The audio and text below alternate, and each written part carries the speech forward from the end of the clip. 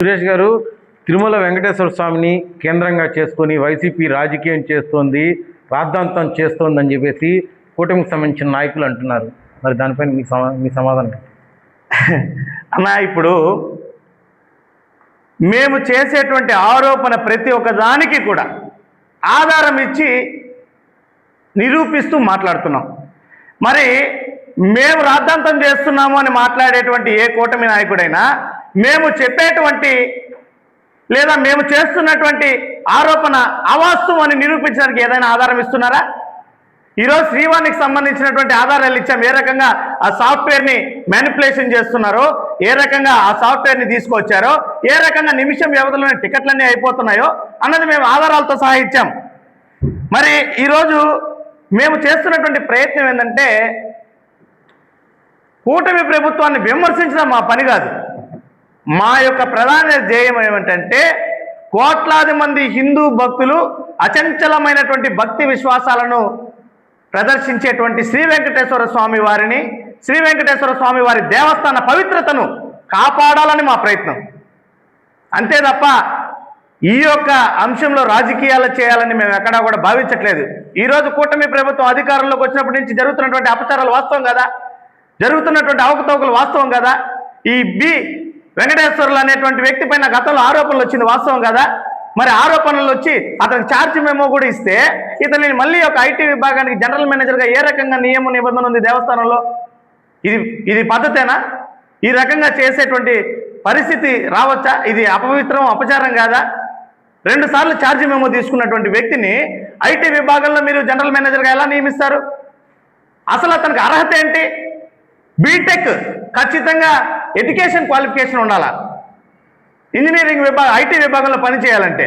మరి అతను నియామకమైందే కారుణ్య నియామకంలో. వారి తల్లిదండ్రుల మరణం వలన ఆయనకి నియామకం వస్తే ఆ కారుణ్య నియామకంలో ఉద్యోగం వచ్చినటువంటి వ్యక్తి 32 సంవత్సరాల అనుభవజ్ఞుడని చెప్పి ప్రకటిస్తారు దేవస్థానం ఇచ్చేటువంటి సమాధానంలో. ఎలా? ఒక కారుణ్య నియామకంలో అతను చదువుకునేటువంటి వయసులో నియమితుడైనటువంటి వ్యక్తి బీటెక్ ఎడ్యుకేషన్ క్వాలిఫికేషన్ కూడా లేకుండా ఏదో దూర విద్యా కేంద్రం నుంచి అర్హత పత్రాన్ని తీసుకొని వచ్చేస్తే అతన్ని మీరు ఒక ఉన్నతమైనటువంటి ఐటీ విభాగంలో ఎలా పెడతారు? ఇవన్నీ ప్రశ్నలు మేము నిరాధారమైనటువంటి ప్రశ్నలు కాదు, పూర్తి ఆధారాలతో ఇస్తున్నాం. నియమ నిబంధనలను గాలికి వదిలేసింది దేవస్థానం కూటమి ప్రభుత్వం అధికారంలోకి వచ్చినప్పటి నుంచి. ఇప్పటికైనా దీని మీద వాళ్ళు పునరాలోచించుకోవాలి జరుగుతున్నటువంటి వ్యవహారాలపైన. లేదంటే ఖచ్చితంగా వైఎస్ఆర్ కాంగ్రెస్ పార్టీ పెద్ద ఎత్తున పోరాటం చేస్తుంది.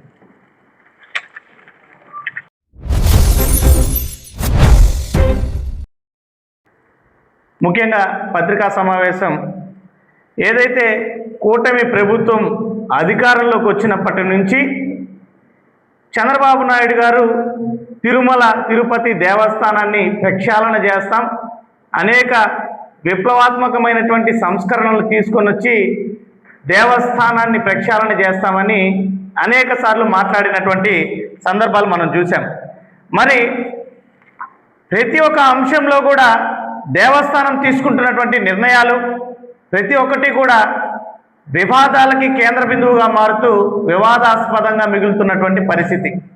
ఈరోజు భక్తుల నుంచి కానీ ప్రజల నుంచి కానీ ఎదురుతున్నటువంటి ఏ ప్రశ్నకి కూడా కూటమి ప్రభుత్వం కానీ దేవస్థానం అధికారులు కానీ సరైనటువంటి రీతిలో సమాధానాలు ఇవ్వలేనటువంటి పరిస్థితి.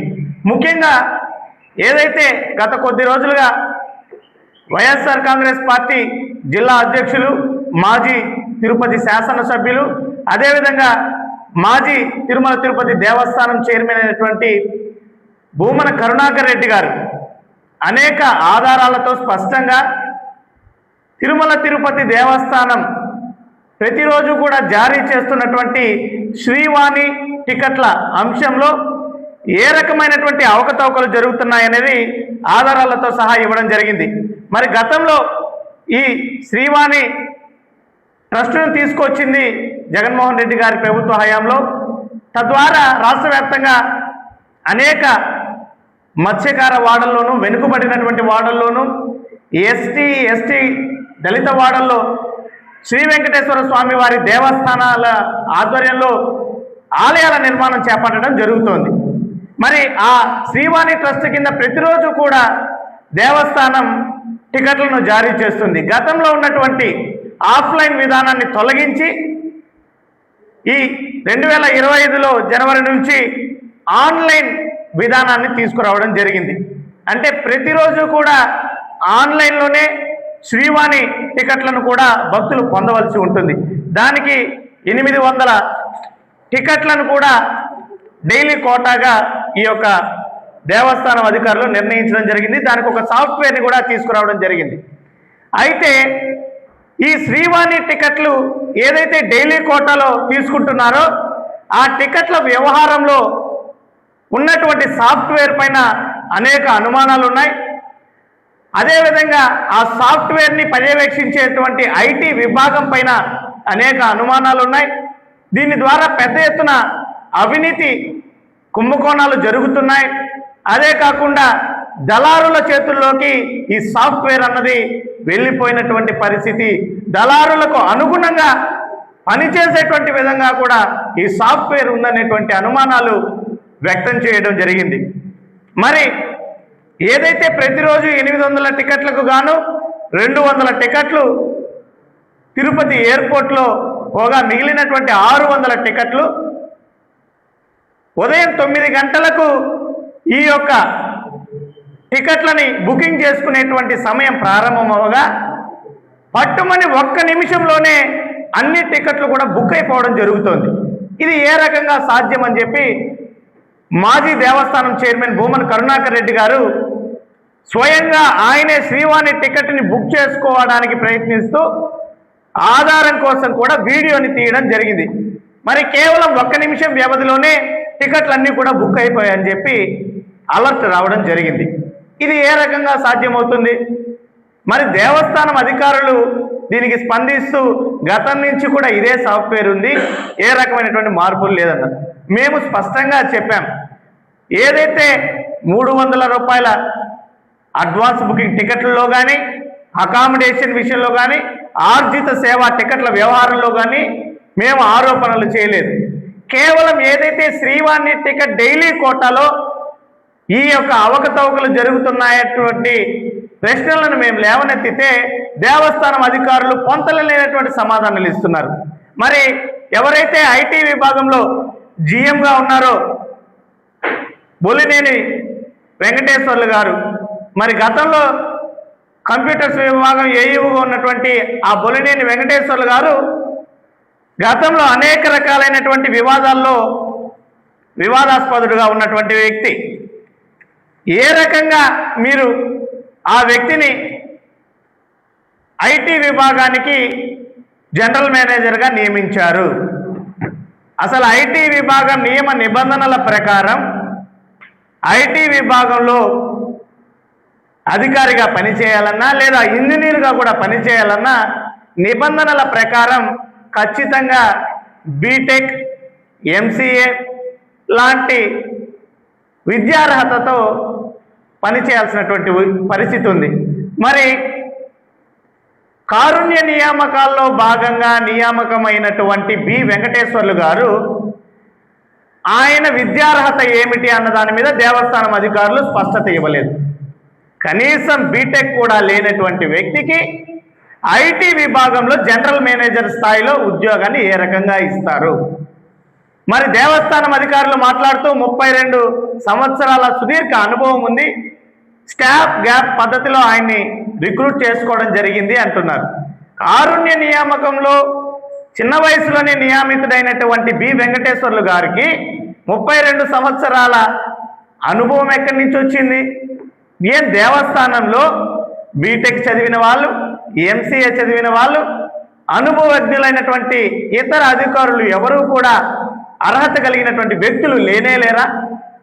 మరి ఈ బి వెంకటేశ్వర్లు అనేటువంటి వ్యక్తి పైన ఎవరైతే గతంలో పాలక మండలి సభ్యుడిగా పనిచేసినటువంటి వ్యక్తి, మరి ఇప్పుడు కూటమి ప్రభుత్వం అధికారంలోకి వచ్చినప్పుడు కూడా పాలక మండలిలో సభ్యుడిగా ఉన్నటువంటి భానుప్రకాష్ రెడ్డి గారు ఆ బి వెంకటేశ్వర్లు గారి పైన చైర్మన్ గారికి ఫిర్యాదు చేయడం జరిగింది. ఏదైతే 2022 సంవత్సరంలో యూకే, యూరప్ లాంటి దేశాల్లో జరిగినటువంటి శ్రీనివాస కళ్యాణోత్సవాల్లో ఈ బి వెంకటేశ్వర్లు అనేటువంటి వ్యక్తి అక్కడ ఉన్నటువంటి భక్తుల నుంచి భారీ ఎత్తున అవినీతికి పాల్పడ్డాడని పెద్ద మొత్తంలో నిధులను అతను సొంతంగా నిధులను సేకరించాడని చెప్పి భానుప్రకాష్ రెడ్డి గారు స్వయంగా ఈఓ గారికి చైర్మన్ గారికి ఫిర్యాదు చేయడం జరిగింది రాతపూర్వకంగా. ఇది దానికి సంబంధించినటువంటి కాపీ. మరి ఇలాంటి వివాదాల్లో ఉన్నటువంటి వ్యక్తి మరి ఆ బి వెంకటేశ్వర్లు గారి దగ్గర నుంచి డబ్బును కూడా రికవరీ చేసినటువంటి పరిస్థితి. మరి ఇదే అంశంలో దేవస్థానం అధికారులు ఛార్జ్ మెమో కూడా బి వెంకటేశ్వర్లు గారికి ఇవ్వడం జరిగింది. ఇదే కాకుండా గతంలో కోయిల తిరుమంజనం సేవలో డ్రెస్ కోడ్ పాటించడం లేదని చెప్పి ఆయనకి ఛార్జ్ మెమో ఇవ్వడం జరిగింది. మరి ఒకసారి ఛార్జ్ మెమో ఇచ్చినటువంటి అధికారిని మరి పై స్థాయి ఉద్యోగాలకి దేవస్థానంలో రెఫర్ చేసేటువంటి లేదా నియమించేటువంటి పద్ధతి ఉందా అని మేము ఈరోజు చైర్మన్ గారిని ఈఓ గారిని ప్రశ్నిస్తున్నాం. ఏ వ్యక్తికైనా ఒకసారి ఛార్జ్ మెమో ఇచ్చిన తర్వాత అతనిని మళ్ళీ మీరు సరైనటువంటి సమగ్రమైనటువంటి విచారణ లేకుండా ఈ రకంగా మీరు పై స్థాయిలో అంటే ఐటీ విభాగానికి జనరల్ మేనేజర్గా మీరు నియమించేటువంటి పరిస్థితి ఉందా? ఇకపోతే ఇక్కడ ఈరోజు కూటమి ప్రభుత్వ అనుకూల మీడియా ఒక వార్తా కథనాన్ని ప్రచారం చేయడం జరిగింది. ఏదైతే గత ప్రభుత్వంలో వైఎస్ఆర్ కాంగ్రెస్ పార్టీ హయాంలో YSR Congress party social media కార్యకర్త అయినటువంటి మురళీ సందీప్ రెడ్డి గారే ఈ యొక్క ఐటీ విభాగంలో జీఎంగా పనిచేశారు, అన్నీ కూడా ఆయన హయాంలోనే జరిగాయి అని మాట్లాడి అసంబద్ధమైనటువంటి వార్తని ప్రచురించడం జరిగింది. మేము అడిగింది ఏంటంటే కరుణాకర్ రెడ్డి గారు కానీ మేము కానీ ప్రతి భక్తులు కానీ ప్రతి ఒక్కరు కూడా ప్రశ్నిస్తున్నది ప్రతిరోజు జరుగుతున్నటువంటి శ్రీవాణి టికెట్ల వ్యవహారంలో జరుగుతున్నటువంటి అవకతవకల గురించి. మరి ఒక్క నిమిషం వ్యవధిలోనే 600 టికెట్లు కూడా మాయమైపోతున్నాయి.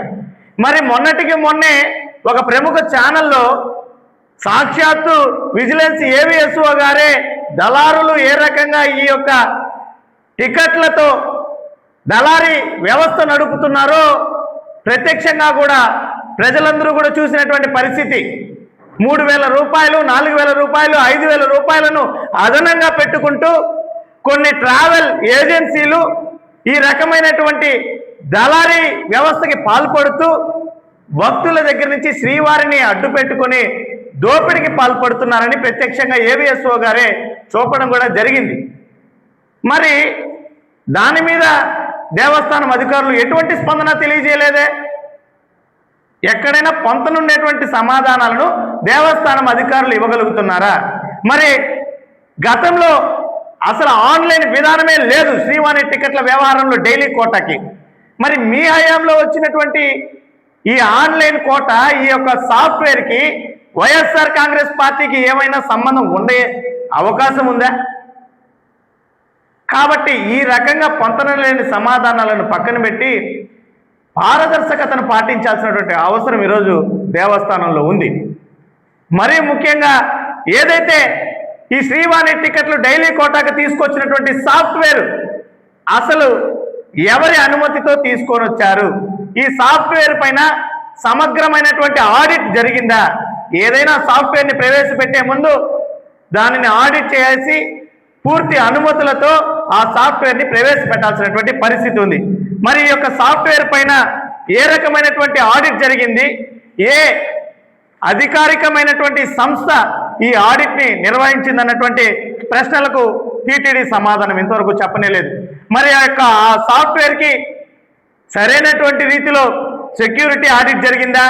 అదేవిధంగా పెనట్రేషన్ టెస్టింగ్ కానీ, అదేవిధంగా లోడ్ టెస్టింగ్ కానీ, అదేవిధంగా బూట్ ప్రొటెక్షన్ వ్యాలిడేషన్ కానీ, అదేవిధంగా ట్రాన్సాక్షన్ ఇంటిగ్రిటీ వెరిఫికేషన్, ఇలాంటి ఆడిట్లన్నీ కూడా ఈ సాఫ్ట్వేర్ని ప్రవేశపెట్టేటప్పుడు దేవస్థానం పాటించిందా లేదా? దీని మీద దేవస్థానం అధికారులు వివరణ ఇవ్వాల్సినటువంటి పరిస్థితి ఉంది. ఇక్కడ స్పష్టంగా మొన్నే బయటపడింది పద్మావతి ట్రావెల్ ఏజెన్సీ అనేటువంటి ఒక సంస్థ బల్క్ టికెట్ బుకింగ్లకు పాల్పడుతూ ఈ యొక్క టికెట్లన్నింటినీ కూడా అధిక మొత్తంలో విక్రయించుకుంటోందనేటువంటి వ్యవహారం కూడా వెలుగులోకి వచ్చినటువంటి పరిస్థితి. మరి దేవస్థానం అధికారులు ఎటువంటి ఏఐ కానీ ఆటో ఫిల్లింగ్ పరిస్థితి కానీ ఈ యొక్క సాఫ్ట్వేర్లో వీలవ్వదు అనేసి దేవస్థానం అధికారులు చెప్తున్నారు. మరి ఆ రకమైనటువంటి బల్క్ బుకింగ్లన్నీ ఎలా జరిగాయి? మరి గతంలో కూడా దేవస్థానం అధికారులు ఈ రకమైనటువంటి అవకతవకలకి కొంతమంది పాల్పడుతున్నారని ప్రకటించింది వాస్తవం కాదా? కాబట్టి అనేక రకాలైనటువంటి ప్రశ్నలు తలెత్తుతున్నటువంటి తరుణంలో నిమ్మకు నీరెత్తినట్లు ఈ దేవస్థానం అధికారులు ఏమాత్రం కూడా బాధ్యతతో ప్రవర్తించడం లేదు. కనీసం ప్రతిపక్షాలకి సమాధానం ఇవ్వకపోయినా భక్తులకి భక్తి మీద ఉన్నటువంటి నమ్మకానికి దేవస్థానం అధికారులు బాధ్యత వహించాల్సినటువంటి పరిస్థితి ఉంది. ఈరోజు శ్రీ వెంకటేశ్వర స్వామి వారి మీద భక్తి విశ్వాసాలతో నమ్మకంతో ఈరోజు భక్తులు పెద్ద ఎత్తున దేవస్థానానికి రావడం జరుగుతుంది. మరి ఇలాంటి అవకతవకలతో దేవస్థానాన్ని అప్రతిష్ట పాలు చేయడం కాదా? మరి బిఆర్ నాయుడు గారు ఇదేనా చైర్మన్గా చేస్తున్నటువంటి పని? దీని వెనక పెద్ద మొత్తంలో అవినీతి జరుగుతోంది.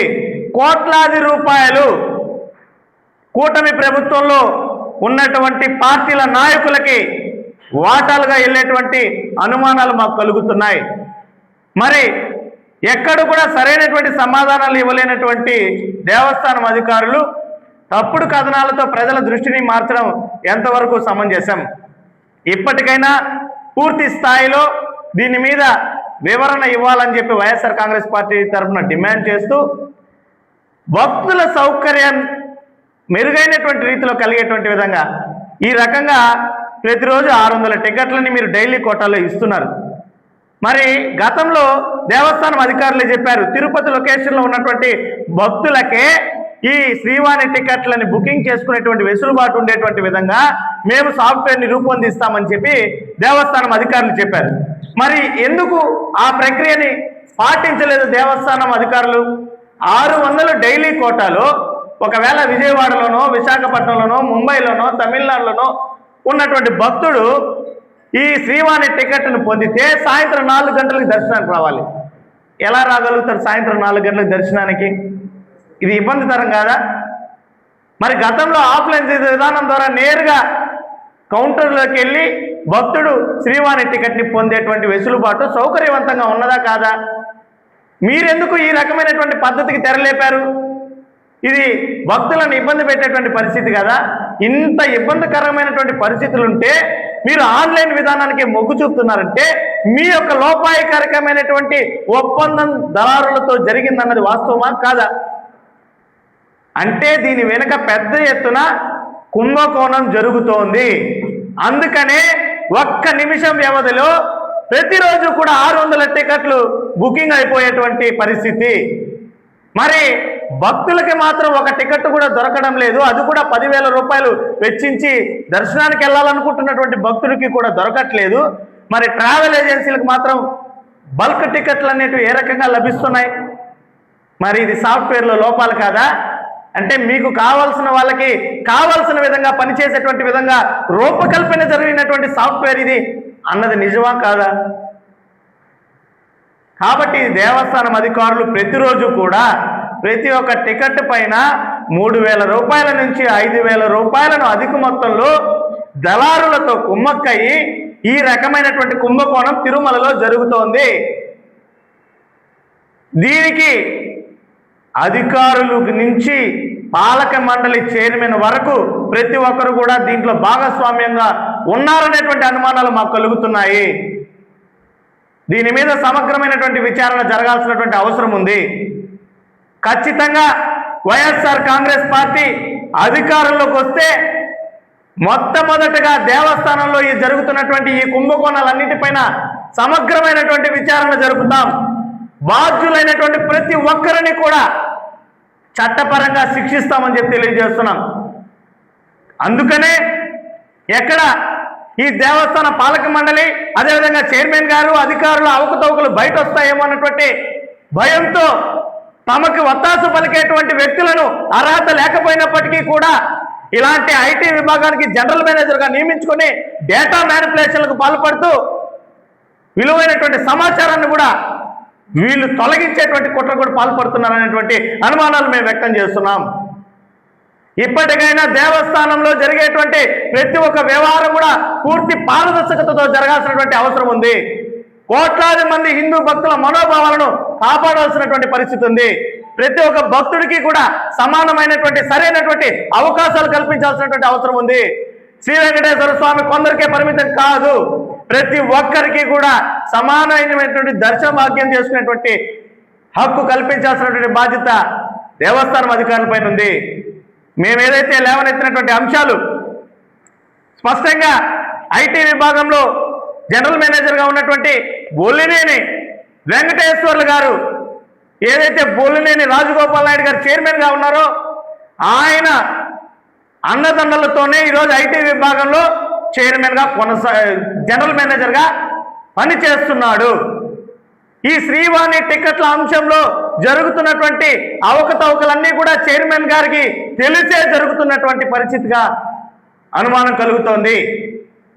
ప్రతిరోజు కూడా ఒక టికెట్ పైన సగటున 3,000 రూపాయల నుంచి 5,000 రూపాయలు అధికమంటే 600 టికెట్లకి ఎంత మొత్తంలో దళారుల చేతుల్లోకి వెళుతుంది అంటే శ్రీ వెంకటేశ్వర స్వామి వారిని కూడా దేవస్థానాన్ని కూడా ఒక వ్యాపార కేంద్రంగా మార్చేసినటువంటి పరిస్థితి ఈరోజు కూటమి ప్రభుత్వం. మరి గతంలో ఎక్కడ కూడా ఒక్క దళారి అన్నవాడు కూడా లేకుండా పూర్తి ప్రక్షాళన చేసినటువంటి పరిస్థితి వైఎస్ఆర్ కాంగ్రెస్ పార్టీ ప్రభుత్వ హయాంలో కాదా? ఈ యొక్క కూటమి ప్రభుత్వం అధికారంలోకి వచ్చినప్పటి నుంచి నిత్యం తిరుమలలో అనేక అపవిత్రమైనటువంటి అపచారాలు, భక్తులు తొక్కిసలాటలో మరణించడం, మాంసాహారం, శ్రీ వెంకటేశ్వర స్వామి దేవస్థానంలో పట్టుబడడం, ఈ రకంగా టికెట్లని అధిక ధరలకు విక్రయిస్తూ దళారీ వ్యవస్థని పెంచి పోషించడం, ఇవన్నీ చూస్తుంటే శ్రీ వెంకటేశ్వర స్వామి వారిని ఒక వ్యాపార వస్తువుగా, శ్రీ వెంకటేశ్వర స్వామి వారి దేవస్థానం పైన భయము, భక్తి, విశ్వాసం లేకుండా ఒక వ్యాపార కేంద్రంగా మార్చేశారా అన్నటువంటి బాధ వ్యక్తమవుతోంది ఈరోజు. ఇప్పటికైనా ఈ కూటమి ప్రభుత్వం ఇలాంటి అనైతిక దుశ్చర్యలకి స్వస్తి పలకాల్సినటువంటి అవసరం ఉంది. ఖచ్చితంగా ఈ రకమైనటువంటి విధానానికి స్వస్తి పలికి భక్తులందరికీ కూడా సౌకర్యవంతమైనటువంటి విధానాలకి కార్యాచరణ రూపొందించాల్సినటువంటి అవసరం ఉంది. ఈరోజు శ్రీవాణి టికెట్లలో జరుగుతున్నటువంటి అవినీతి భాగవతం మొత్తం కూడా కేంద్ర విచారణా సంస్థలతో విచారణ జరపాల్సినటువంటి అవసరం ఉంది. బాధ్యులైనటువంటి వాళ్ళందరినీ కూడా శిక్షించాల్సినటువంటి అవసరం ఉంది. ఎందుకంటే పూర్తి ఆధారాలను కూడా గత కొద్ది రోజులుగా భూమన కరుణాకర్ రెడ్డి గారు ప్రస్తావించడం జరిగింది. మేము అనేక సామాజిక మాధ్యమాలలో కూడా ప్రతి ఒక్కరికి తెలిసేటువంటి విధంగా మేము ఆధారాలను కూడా ఇవ్వడం జరిగింది. మరి నేరుగా దేవస్థానం మాజీ చైర్మన్గా పనిచేసినటువంటి భూమన కరుణాకర్ రెడ్డి గారు నేరుగా టికెట్ బుకింగ్ చేయాలనేసి భావిస్తే 9 గంటలకి టికెట్ కోటా రిలీజ్ అయితే 9:01 అన్ని టికెట్లు కూడా బుకింగ్ అయిపోయినటువంటి పరిస్థితి. మరి ఇది ఎలా సాధ్యమవుతుంది ప్రతిరోజు? దీని వెనుకున్నటువంటి ఆంతర్యం ఏమిటి? మరి ఈ సాఫ్ట్వేర్ని ఏ రకంగా రూపొందించారు? మళ్ళీ ఇలాంటి అవకతవకలు జరుగుతున్నాయని మేము ప్రశ్నిస్తే ఇది వైఎస్ఆర్ కాంగ్రెస్ పార్టీ హయాంలోనే జరిగింది, దీని వెనుక ఆ పార్టీకి చెందినటువంటి వ్యక్తులే ఉన్నారు, ఆ సందీప్ రెడ్డి అనేటువంటి వ్యక్తి వైఎస్ఆర్ కాంగ్రెస్ పార్టీ హయాంలో నియమించబడినటువంటి వ్యక్తే, అతను వైఎస్ఆర్ కాంగ్రెస్ పార్టీ సానుభూతి పరుడే అంటారు. అయ్యా, అసలు వైఎస్ఆర్ కాంగ్రెస్ పార్టీ హయాంలో ఆన్లైన్ బుకింగ్ విధానమే లేదు. మరి మీరు ఎవరిని మభ్యపెట్టాలనుకుంటున్నారు? ఎక్కడైనా వైఎస్ఆర్ కాంగ్రెస్ పార్టీ ప్రభుత్వ హయాంలో కానీ ఈ ప్రభుత్వం వచ్చినటువంటి 20 నెలల కాలంలో కానీ అసలు శ్రీవాణి టికెట్ల ఆన్లైన్ బుకింగ్ విధానమే లేదు కదా. మరి వైఎస్ఆర్ కాంగ్రెస్ పార్టీకి కానీ వైఎస్ఆర్ కాంగ్రెస్ పార్టీ హయాంలో నియామకమైనటువంటి వ్యక్తికి కానీ ఏ రకమైనటువంటి సంబంధం ఉంటుంది? ఇది ఖచ్చితంగా మీరు ప్రజలను మభ్యపెట్టేటువంటి కుట్ర కాదా? ఈ రకమైనటువంటి విధానాలన్నింటినీ కూడా పూర్తిగా ఖండిస్తున్నాం. దయచేసి మీరు రాజకీయాలుగా చేసుకోండి, కానీ ప్రపంచ ప్రసిద్ధిగాంచినటువంటి ధార్మిక సంస్థ దేవస్థానాన్ని భ్రష్టు పట్టించవద్దని చెప్పేసి కూడా భక్తులుగా మేము కోరుకుంటున్నాం. ఇప్పటికైనా అధికారుల దగ్గర నుంచి సరైనటువంటి సమాధానాన్ని ఆశిస్తున్నాం. లేనటువంటి పక్షంలో దీని మీద పెద్ద ఎత్తున పోరాటం చేస్తాం. ఈ కూటమి ప్రభుత్వంలో జరుగుతున్నటువంటి అవినీతి టికెట్ల భాగోతాన్ని ప్రజాక్షేత్రంలో ఉంచి పోరాటం చేస్తామని చెప్పి కూడా ఈ సందర్భంగా తెలియజేస్తూ ధన్యవాదాలు. రైట్.